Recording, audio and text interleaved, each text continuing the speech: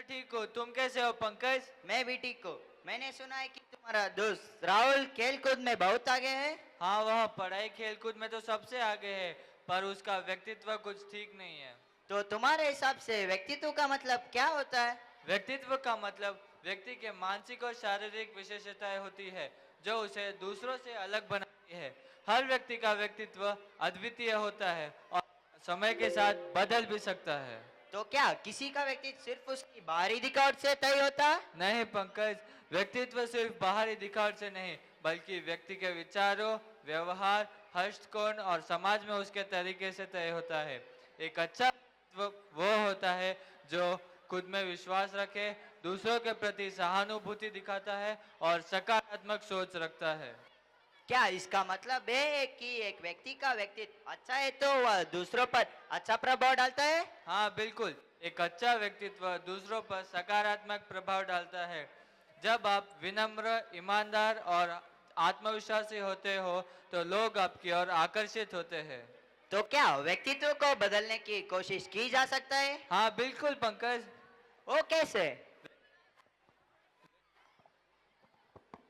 व्यक्तित्व को समय के साथ बदला जा सकता है। इसमें मेहनत और आत्म सुधार की आवश्यकता होती है। अगर कोई व्यक्ति अपनी कमियों पर काम करता है, जैसे आत्मविश्वास बढ़ाना, दूसरों के साथ बेहतर तरीके से संवाद करना या ज्यादा सकारात्मक सोच रखना, तो वह अपने व्यक्तित्व में बदलाव ला सकता है। तो क्या ये इसका मतलब है कि एक व्यक्ति खुद को बेहतर बन सकता है और अपना व्यक्तित्व को निखार सकता है? हाँ, खुद को समझना और अपने ताकतों और कमियों को पहचानना बहुत जरूरी है। अगर कोई व्यक्ति अपने व्यक्तित्व पर काम करता है तो वह खुद को ही नहीं बल्कि दूसरों को भी बेहतर तरीके से समझ पाता है। यह सच है। मुझे लगता है कि मुझे अपना व्यक्तित्व पर और काम करना चाहिए। हाँ, यही सही सोच है पंकज। अगर आप खुद को बेहतर बनाने में ध्यान दोगे तो आप ना अपनी जिंदगी सुधार सकते हो बल्कि दूसरों के लिए भी प्रेरणा बन सकते हो। आपका व्यक्तित्व आपकी पहचान है जो दुनिया में हर जगह अपनी छाप छोड़ता है। तो अभी 8वीं कक्षा के छात्र अपना नृत्य प्रदर्शन करने जा रहे हैं, तो जोरदार तालियों से उसको स्वागत करेंगे। 2, 1.